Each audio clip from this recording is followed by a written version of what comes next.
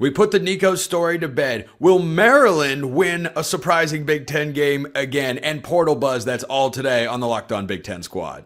You're talking ball with the Big Ten Squad, sponsored by Game Time.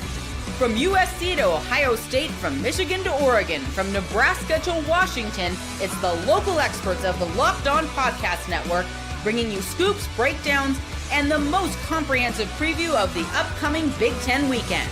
No hurt feelings and thin skin allowed. Squad up, you're part of the Big Ten Squad. Happy Thursday, everybody. Welcome into this edition of the Locked On Big Ten Squad. I'm Spencer McLaughlin, your host. Jacob Goins of Locked On Hoosiers is here. Mark Colkin of Locked On USC. Zach Anderson-Yoxheimer of Locked On UCLA. Jay Stevens, Locked On Buckeyes. Trent Condon, Locked On Hawkeyes. We might have some other stragglers roll in as well. I just want to get straight to it, Zach, because I'm just wondering what's going to last longer, Nico's tenure at UCLA or the Mariners' newly restarted playoff drought? I mean, I don't know. The Mariners like to go multiple decades between playoff runs, so that would last much longer, I think. I'm from Locked On Iamaleava now, not Locked On UCLA, but Locked On. So we put all our hopes. Wait, if that's the name of your show, what's the name of my show? We're actually co-hosts. You didn't know that. Oh, that's right. Wow. That's right. Yeah, that's right. Wow. Anyway, continue. I think UCLA, when it comes to Nico, we might get a year if they're lucky too, and then it's off to Madden, and then the circus continues again. I guess we'll figure it out. But they made their move. They want the noise. Deshaun Foster wants the buzz and says, "Bring on the haters." So I'm like, all right, bring on the haters, Mark included. And Spencer. Spencer's more of a hater than Mark, actually. Whoa.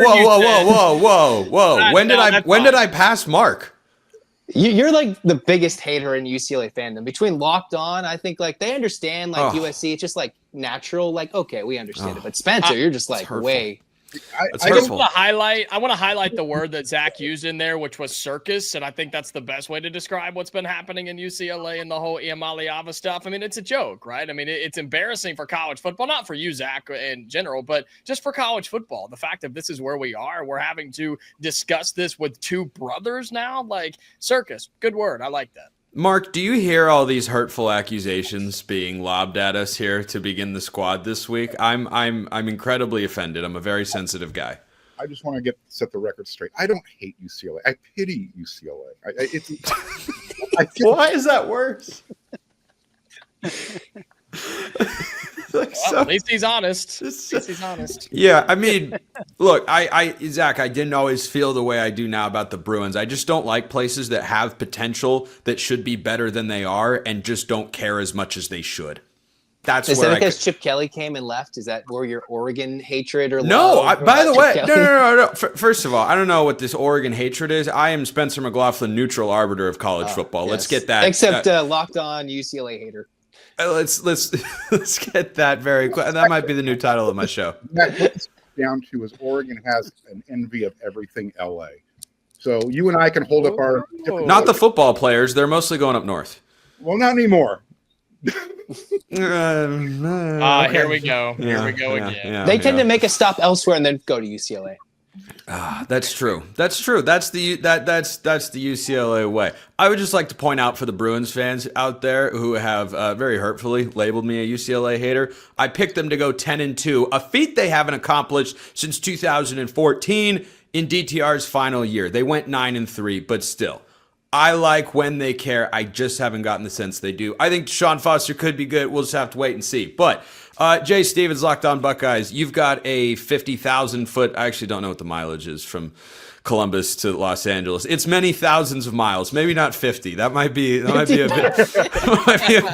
be a stretch. Might be a little far. What's your 5,000 mile view? I'm glad that's not happening at Ohio State. Keep that mess out there in Southern California or in Knoxville. That is nothing that Ryan Day nor the Buckeyes want to be a part of. The fiasco, the way that he even got to Tennessee, Nico, that is, was a little weird. We all knew there was stuff going on, but then now to leave over this and this moment and having his brother be tied to it, it's just a mess. And UCLA can be a good football program. The talent's right there in Southern California. I don't think this is the way for them to get back to being a respected program to try to pull off this stunt. Yeah, I do think there's kind of a Colorado angle to this, which is not necessarily a bad thing. I know in Mark's view it might be, but I don't think that it's the worst thing in the world because you talked about it earlier, Zach, like attention or excitement, interest, intrigue in UCLA has been lacking. It's felt flat for a lot of different reasons. It's felt flat. You can't say UCLA football's flat now. Who doesn't want to watch them week 1 against Utah? That's must watch TV, right? I mean, well, our Big Ten Jay brethren- said no. Jay said no. Look at this fake college football fan down here. It's just pooping on the whole idea. I don't care. I won't watch it. I don't care. I just don't believe that. I just don't believe you won't tune into at least one UCLA game in the first 3 weeks of the season just to see how it plays out. Here's what He said week 1. I may watch the first 3 weeks just to try to fill some space in my day, but I don't care Space in about his watching day. UCLA play football. Did you know that week 1 is part of weeks 1 to 3? Yes. Okay, just making sure because you said you won't tune in week 1, but you'll tune in the first 3 weeks. I said I might. Will I watch UCLA football? Like that matchup is not going to be one where it's like, yes, I have to make an appointment to watch it. I may stumble upon a game just to do it, but I'm not going to say, oh, UCLA's playing Utah or somebody in the first 3 weeks. I got to watch them play. I don't care. I wasn't the biggest Nico fan before this, and this move kind of actually turns me off from watching him because I don't like stuff like this. Like the whole Colorado thing getting attention. They got attention, but they weren't good in year 1. They weren't really that good at all. But the Colorado State game year 1 was pretty epic. Epic. It was. And the Epic. TCU Epic game. stuff. But then after that, it was garbage. Yeah. Yeah, then they lost their first game of the year, and it all went downhill after that. But Trent, I want your thoughts here. Are you looking at UCLA as a non-Bruin fan as I want to see how this plays out?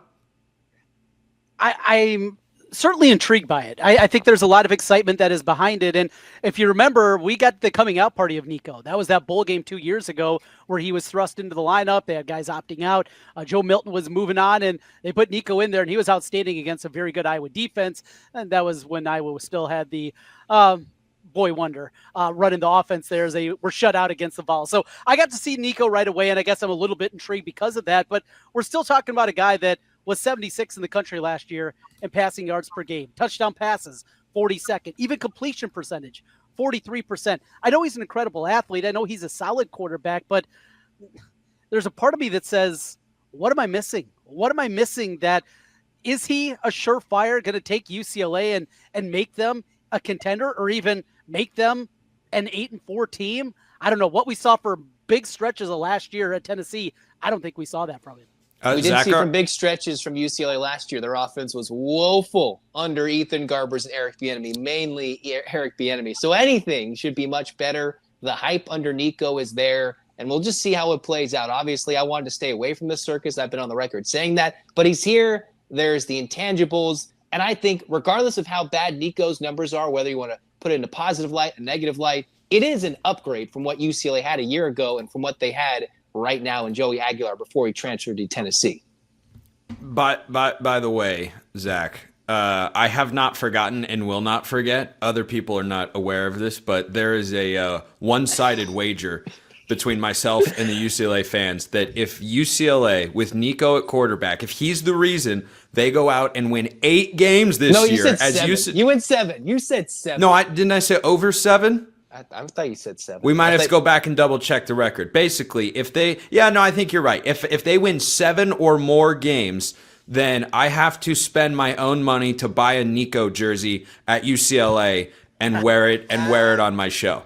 And I look forward to not spending that money, Zach, because as you said, I mean, they weren't a quarterback away last year. A quarterback could have helped, so I'll give you that, but wasn't a quarterback away.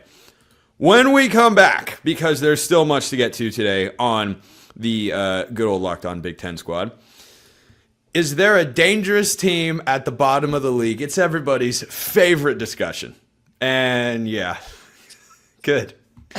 After the greatest toss to break that we've ever had in the history of the Squad Show, you should know this episode is brought to you by our friends at FanDuel. The NBA playoffs are here, and FanDuel is giving new customers an incredible way to get in on the action. Right now, when you join FanDuel and place your first $5 bet, you'll get $250 in bonus bets if your bet wins. We're actually about to talk about something FanDuel provides. Win totals, which is a phenomenal discussion because they put this little 0.5 after the win total. So you have to pick whether it goes over or under. And everyone likes to look at the low win total teams and think they're all going to stink. Arizona State's was 4.5 last year. They won the Big 12. Is that brewing in the Big 10 we're about to discuss? But anything else you'd want to bet for college football, FanDuel has got you covered. You've got national championship odds. You've got Heisman odds. You got Big 10 championship odds. It is all over there, so make sure you go and check them out. Don't miss out. Head to FanDuel.com. Claim your $250 in bonus bets today. Check them out at FanDuel.com. Nice work back there, Brandon. That was a nice adjustment. Clean. So Maryland, right? Yeah. Oh, and Goins just slides right in. Yeah. Oh, and there he goes. Boy, Brandon abusing his power behind the scene as the director. So, Mark, I want to start with you on the idea of Maryland going over their win total of 4.5 because I don't know if everybody else remembers, but they only won one Big Ten game last year. Do you remember that game, Mark? I'm just asking randomly because you happen to be right next to me now. No other reason. There's no other reason. I was actually going to bring this up. Trivial note. Name the team in the big conference that has a winning record against USC. All time? Name the one team in the big conference that actually has a winning record against USC. It must be Maryland because wasn't last year their first meeting? Yeah. Oh, look at that. Look at that. 1-0, undefeated. LeVar Ball of the Big Ten. Never lost. Maryland has a higher status than UCLA, than Oregon, than Ohio State, than Michigan. They are undefeated against USC.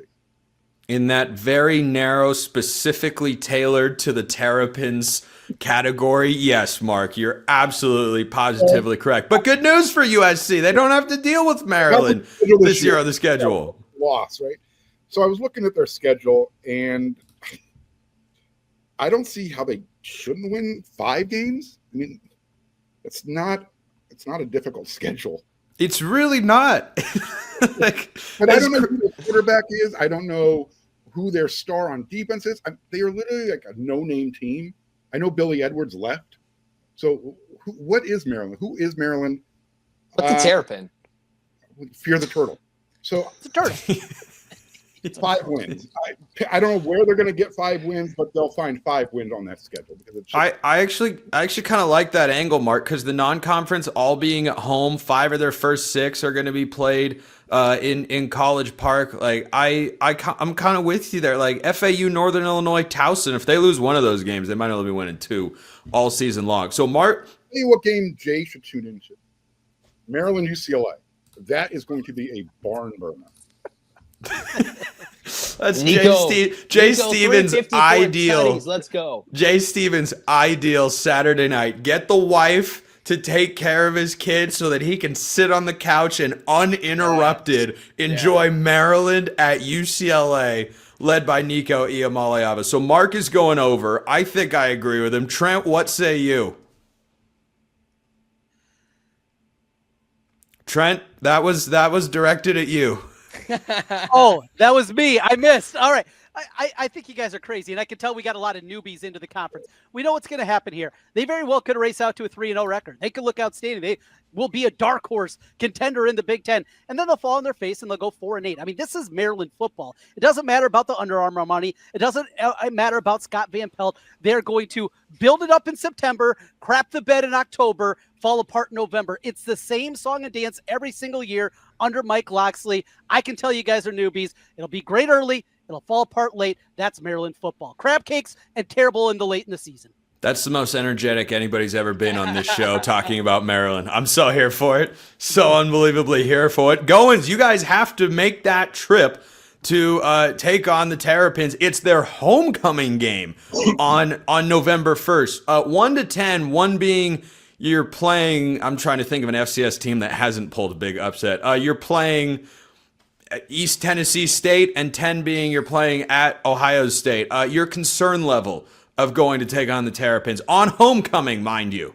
Indiana has a better chance to lose against themselves in practice than they do to play Maryland at their place. I'm not concerned with this game at all. Okay. Maryland's bad. They're not good. Indiana is legit. And you look at this Maryland schedule that we're talking about. No Ohio State, no Penn State, right? No Oregon. They do have Indiana. Michigan's on there, but who knows what that looks like. And then Michigan State, okay, but they go to Wisconsin, looking at it right here. They do go to Rutgers. Hey, Zach Seiko, speaking of Penn State, they're not on the schedule for Maryland. And yet I still don't think Maryland can get, is it 5 or 5.5? It's 4.5 is the win total. The question is, do you think they can get to 5? Well, they got UCLA in the schedule, so it ain't happening. Yeah. Well, wow. There's at least Deal 4. breaker. There's 4. You know what? Just for the sake of the conversation, I'll say that Maryland gets to 5. It won't be pretty, but they'll find a way to do it by winning some game. I don't know, at Rutgers or something, because why not? I'll take Maryland to go. You know the interesting thing about the schedule, not just that there's no Ohio State, no Penn State, and no Oregon in there. This might be the most manageable road slate of Big Ten games in the entire league. Camp Randall is a hard place to play, no doubt about it. But is Wisconsin going to be a great team? No, they'll be good, maybe, but not great. At UCLA, at Rutgers, at Illinois, at Michigan State. I don't know how much more favorable it can get. So, Jay Stevens, I throw it to you. Are you going to over 4.5? So far, everybody kind of likes the over. Trent doesn't, and I don't. I don't at all. I don't see why anybody would buy into this Maryland team with Mike Locksley. Is his quarterback above average? No. And so if he doesn't have an above-average quarterback, there's no reason why you should believe they'll be over 4. Yeah, they're going to win their non-conference games, but that's it. I don't even see them winning a conference game next year. Mike Locksley should be fired before the season starts. He won't be. He'll be fired probably mid-season. His time there is over, and this year is going to be another year where you see success early, you fall apart in the middle of the season, and it's just a dumpster fire. Loss, and he's going to be one of those Big Ten coaches that's going to get fired. Seiko, you think that Locksley is the first Big Ten coach to be relieved of his duties this fall? It is all dependent on Malik Washington, the freshman quarterback. We'll see. I was going to say, does Mike Locksley even survive the season? He has Zion Ely. They have all of the NIL money going to 1 or 2 prospects, which is why the entire offensive line has gone into the portal, because they have to pay the piper here. So if that's the case, if Maryland's offensive line is absolutely decimated here, that's going to be the big thing. I don't think Maryland has had a competent, capable offensive line in the past decade. Maybe if I'm being conservative, 5 years. So whether you start the transfer at quarterback, whether you start Malik Washington, the true freshman, who I think is pretty talented. He had some connections to Penn State when he was getting recruited. No matter who's a QB, your offensive line's going to fall apart. This very well might be a 3-win team. Zach, I'll close it out with your thoughts here, because I think he finds a way. The backdrop of the NIL commitment is a legitimately interesting discussion point with Maryland. Like, they want to be good.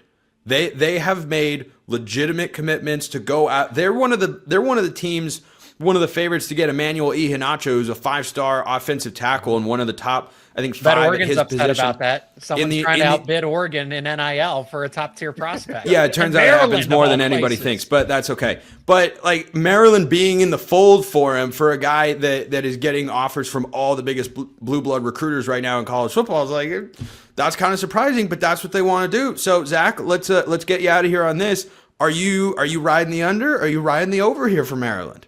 I'm pretty sure I've hit the over on the last 3 we've done in terms of wins, if I'm not mistaken, because we had Purdue, we had UCLA. I could be wrong on that. I'm finally hitting the under. I don't think it's going to happen. I think Nico against Maryland's going to go for 354 touchdowns. It's going to be his Heisman campaign. Maybe it's his Heisman moment in one game. But I didn't say it's season long, but I might as well ride the wave, right? If we're in the circus, I might as well join. I might be being thrown through the hoops, but let's go for a ride, man. But Maryland, they're their own circus. Under 4.5. Mark, you look like you wanted to say something there. I was just going to ask Zach to puff pass, man. I want whatever. Easy. all right. Well, I think that's enough Terrapins talk for today. But what about the spring transfer portal window? Still open. Players are flying around. The latest buzz from everybody here in the chat right after this. First, this episode brought to you by Amazon Fire TV. Did you know your Fire TV is also an Xbox? Turn any TV into your gaming and entertainment hub with Fire TV Stick 4K devices. No console required. Just grab your paired controller, subscribe or sign into Xbox Game Pass with Ultimate, that is, with EA Play included, and you're ready to play. Dive into hundreds of premium titles from EA Sports College Football 25 to Call of Duty Black Ops 6 and Avowed.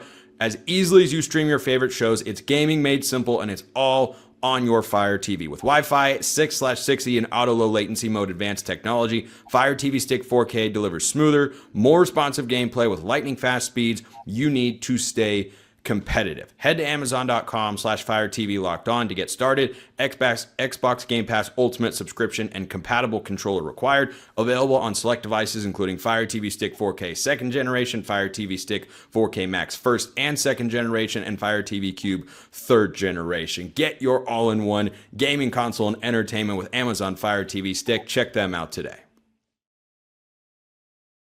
Spring portal buzz, USC. We'll start there because the recruiting news just keeps cycling in for the Trojans. They got crystal balled to get Ryder Lyons, one of the top quarterbacks in the class of 2026. But with the spring transfer portal, Mark, did USC do most of its work having guys leave and enter in the winter portal, or do you think they might make a move in the next week?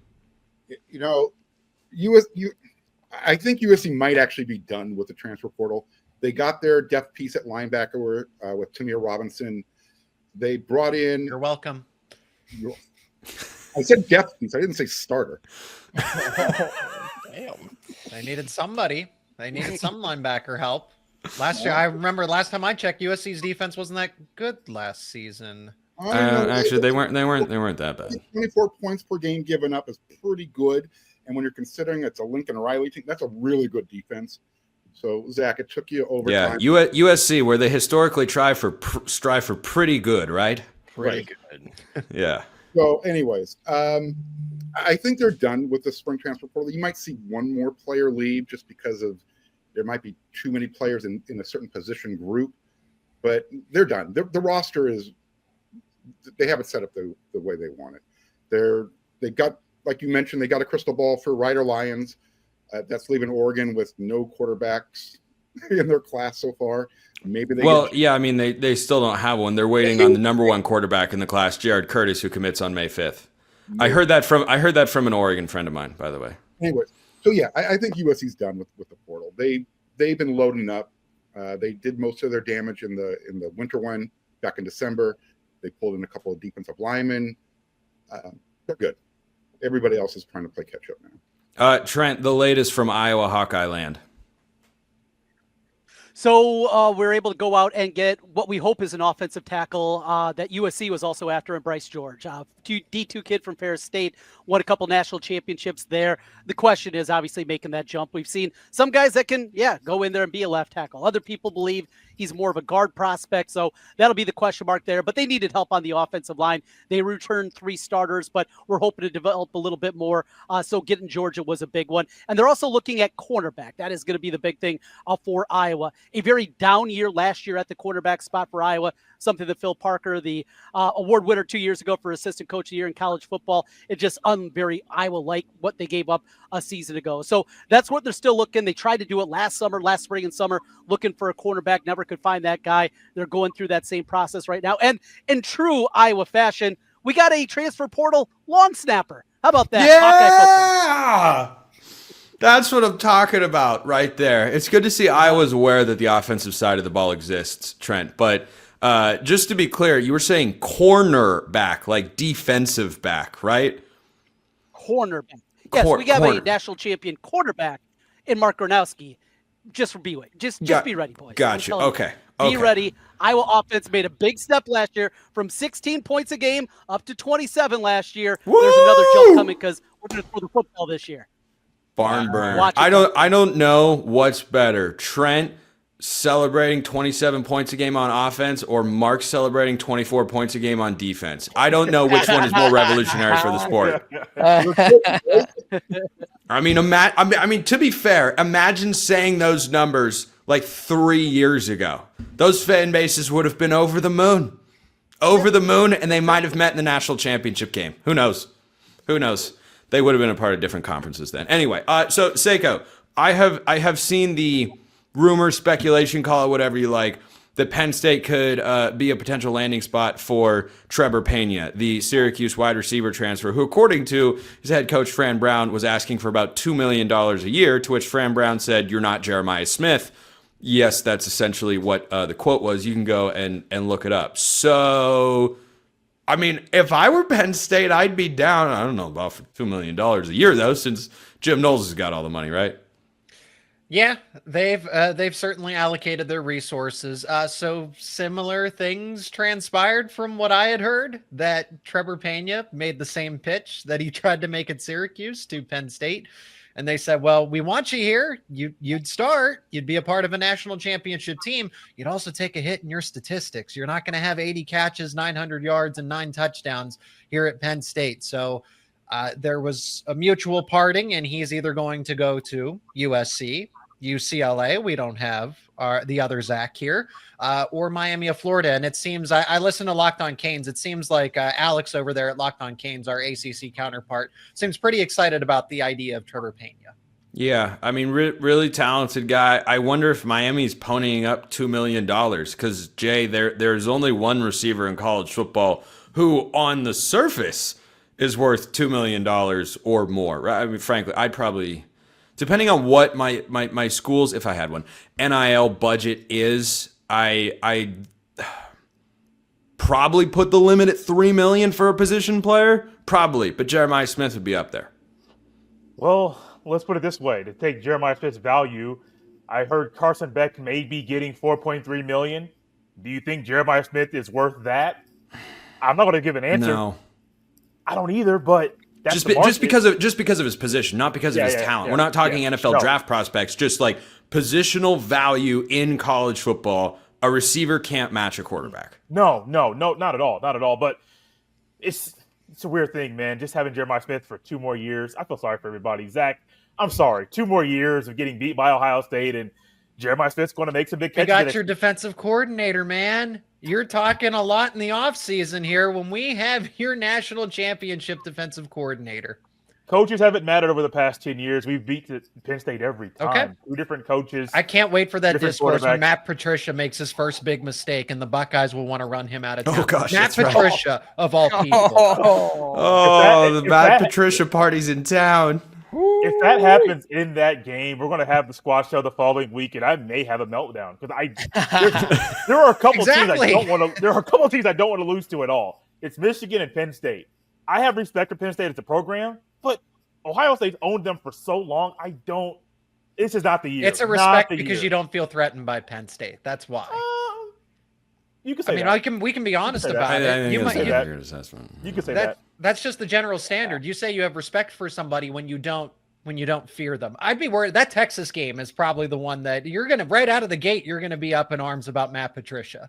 No, because I already expect Ohio State to lose that game anyway. I've been on the record probably here once, and new starting quarterback in that game and all their moving parts and losing 8 guys on defense to the NFL. I don't think Ohio State's going to be good. Don't get me wrong. But I've been saying that game's going to be a loss from the get-go. And I don't know if I'll change that even the week of the game, just because I think Texas has the goods to win that one. Come up to the north and walk away with the win.